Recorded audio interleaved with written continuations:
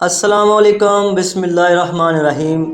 حضرت عمر فاروق رضی اللہ تعالیٰ عنہ جب مسلمان ہوئے، نماز کا وقت ہوا تو حضور اکرم نے فرمایا صحابہ تیاری کرو نماز کی۔ حضرت عمر فاروق رضی اللہ تعالیٰ عنہ نے آپ صلی اللہ علیہ وسلم سے پوچھا حضور نماز کہاں پڑھیں گے؟ تو آپ نے فرمایا کسی کونے میں چھپ کے پڑھتے ہیں۔ عمر فاروق نے کہا حضور آپ کے قدموں پہ میرے ماں باپ قربان، اگر آپ بھی چھپ کے نماز پڑھیں تو عمر کے مسلمان ہونے کا کیا فائدہ؟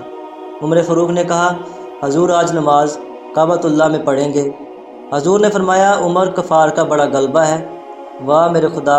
عمر فاروق گھوڑے پہ سوار ہوئے، مکہ کے چوکوں پہ جا کے، گلیوں میں جا کے اپنے گھوڑے پہ سوار ہو کے چلتے ہوئے یہ اعلان کرتے ہیں مکہ والو آ جاؤ، آج میں کلمہ پڑھ کے محمد رسول صلی اللہ علیہ وسلم کا غلام بن کر آیا ہوں۔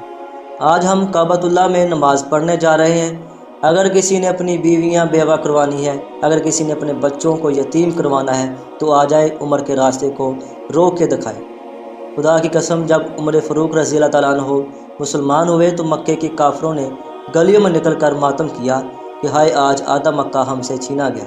عمر فاروق واپس آئے، حضور سے کہا اے میرے حضور آپ آگے چلیے، میں آپ کے پیچھے چلتا ہوں، بیت اللہ میں نماز پڑھیں گے۔ میں دیکھتا ہوں کس کافر کی جرت ہوتی ہے جو ہمارا راستہ روکتا ہے۔ بسلامت بیت اللہ کے دروازے پہ پہنچے۔ جب بیت اللہ کا دروازہ کھلا تو میرے نبی صلی اللہ علیہ وسلم نے خوشی میں نعرہ تکبیر خود بلند کیا۔ اللہ اکبر کی صدا مکے میں پہلی بار گونجی کہ کفر کے کوٹ جو ہے وہ گر پڑے اور بیت اللہ کو بتوں سے پاک کیا اور مسلمانوں نے کھلے عام عبادت کی، اسلام کو طاقت ملی۔ اور جب میرے نبی نے مکہ سے ہجرت کی اس وقت بھی عمر فاروق نے انوکھی ہجرت کے سبب سب سے پہلے بیت اللہ کا طواف کیا، پھر گھوڑے پہ سوار ہوئے اور مکے کی گلیوں میں اعلان کیا کہ آج میں ہجرت کر کے جا رہا ہوں مدینے اپنے محبوب حضرت محمد صلی اللہ علیہ وسلم کے پاس۔ اگر کسی کافر میں جرت ہے تو عمر کے راستے کو روکے۔ اس عمر ابن خطاب رضی اللہ تعالیٰ عنہ پر سلام ہے بے شمار۔